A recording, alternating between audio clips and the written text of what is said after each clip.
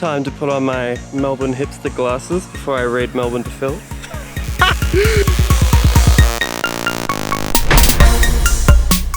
Not unlike the undesirable timing that led to the circumstances of this video's title, just moments before recording this video, I managed to give myself third-degree burns on my chin while eating a meatless vegan pie. But we'll save the vegan story time for another day, because today we're talking about why I regret moving to Melbourne. And in doing so, I'm going to be wearing my Melbourne hat.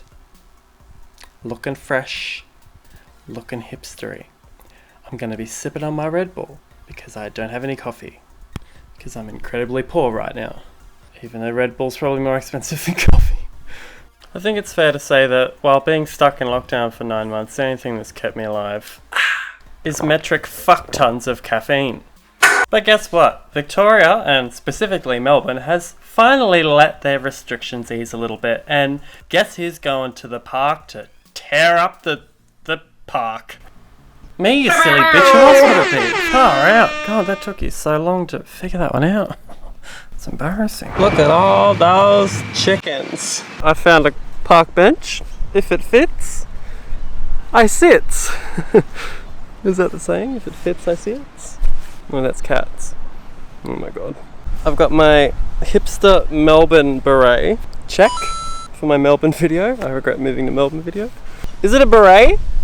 I don't know. I bought this on AliExpress or one of those like Chinese eBays like 6 months ago, and it arrived, and I think I spent 80 cents on it, and I thought it was going to be a beret, but it's a Peaky Blinders hat kind of thing. Hello, chicken. What are you doing? You're an ambitious chicken. He straight up just come up and pecked my shoe. I don't know, do they look like food? I don't think so. Oh my god, it's really windy. Now I understand why they sent like a dead cat for the microphone on this thing. I thought it was maybe a bit overkill, and then I was like, oh wait, this is for actually vlogging outside, so of course that would make sense. I haven't left the house in so damn long, so let's get on to this video about why I regret moving here. Melbourne is in lockdown currently, still, stage 4, and just yesterday, for the first time in what I think has been 6 months now, we've been allowed to leave a 5k radius of our home, up to 25k's now, which is like, oh wow, so like we're still stuck in Melbourne, and it's been an absolute nightmare to tell you the truth. Time to put on my Melbourne hipster glasses before I read Melbourne to Phil. Oh my god, I was in Thailand, Bangkok, no, Koh Samui, and I bought these shit-faced on the beach. I think they were like 10 baht, like 5 cents. Yes, Melbourne. No, it's fantastic here. I love Melbourne so much. I went for a brief, sweaty pit stop back to Brisbane because I thought, Sydney, you're fucking crazy. I'm sick of living in you and spending upwards of $300 a week for a goddamn hole-in-the-wall bedroom in the middle of nowhere in Sydney, when I can just go to Brisbane and rent a whole fucking 2-bedroom house for $100 a week. No, not really, but pretty much compared to Sydney. And I can set up a studio and do YouTube full-time and even make a YouTube house in Brisbane. But then I got to Brisbane and went, oh, Brisbane's a shithole. No, it's not really, but like, it's tiny. I forgot how small it was because I first moved there when I was like 18. It was either directly before or after I tried to go to university for a year and dropped out.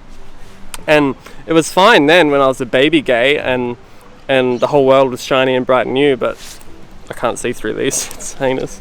But when I went back, I was like, oh my god, this place is awful. It's windy. As the city grows that you live in, the opportunities grow with it. So, well, Melbourne's my next best bet because it's huge like Sydney. I think they're almost the same size now, nearly. It used to be like 2 or 3 million apart, where Sydney was like 8 million and Melbourne was 4 or 3.5, and it's close to 5 million in each city now. It's kind of spread apart, which is interesting. So Melbourne's much more livable in the sense that they have those ridiculous trams that I was just showing you. Like literally everywhere. You can get from any part of Melbourne to another via tram. and pay, of course.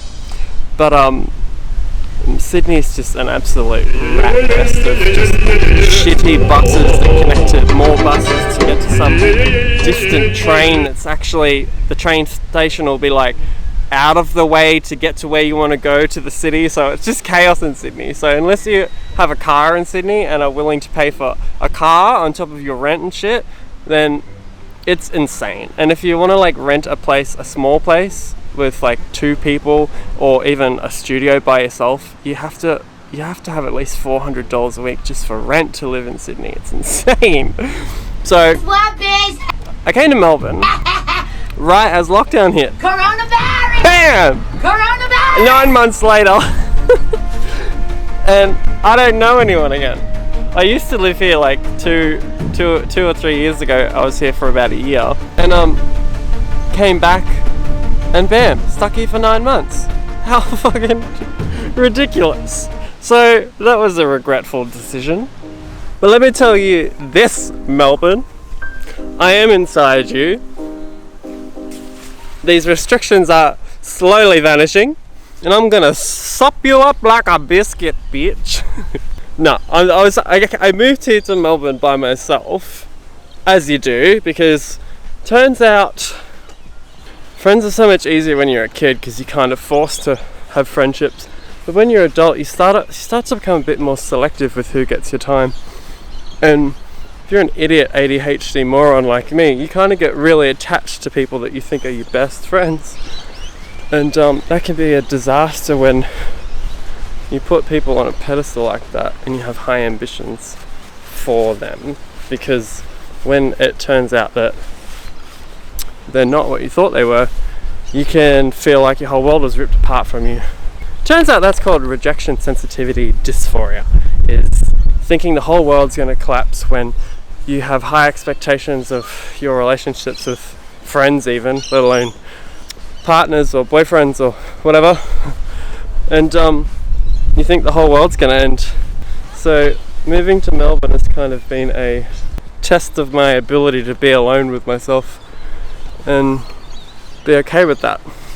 And boy did I get a fucking solid serving of being alone. I moved here right before COVID struck and a bitch has been stuck in his bedroom for 9-10 months now all by myself with absolutely nothing to do. And when I say alone, I mean like my 2 housemates I barely knew when I moved in, and then a bitch was not even able to leave the house for a month or 2 there and go to the fucking grocery store, so I couldn't even hang out and chat with old mate at the grocery store and get my groceries, let alone make friends. So COVID-19's been like, bitch, you wanted to be by yourself? Here, have 9 months in fucking jail, in house arrest. So I've definitely learned to love myself.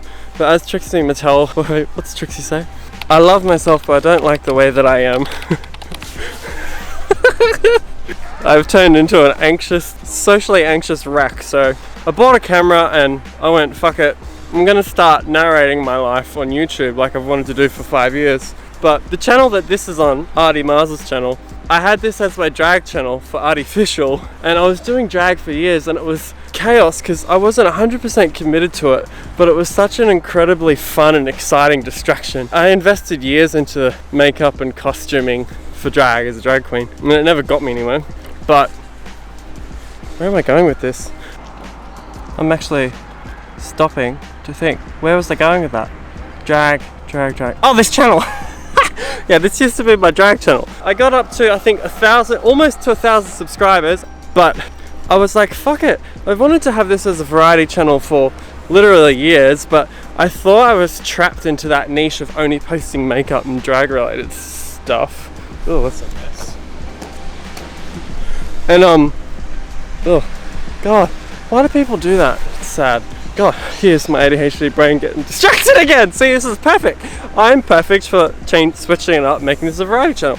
Yeah, so I wanted to make this variety channel and just post about me, not just my drag character, which is another bloody distraction. So a bitch came to Melbourne and she got thrown into 9 months of isolation, and he's realized that I need to just start being authentically me and posting about the things I care about and I'm talented at and I give a shit about, instead of just trying to be something I'm not. And COVID-19's really kicked me in the guts and said, time's ticking, bitch. You just lost a year in your bedroom staring at a blank wall. My dumbass just realised I didn't have my mask on that whole time. I had my mask off because I was in the park all by myself, like on a chair out in the middle of nowhere. And that was fine. But then I forgot I got up and started talking to you guys and was walking along the footpath for that entire time. And I was like, I know I'm vlogging and people think that makes you look like a fucking dickhead. But why am I getting so many evil eyes?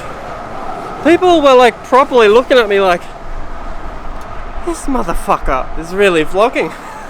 Well, it's because I didn't have my mask on.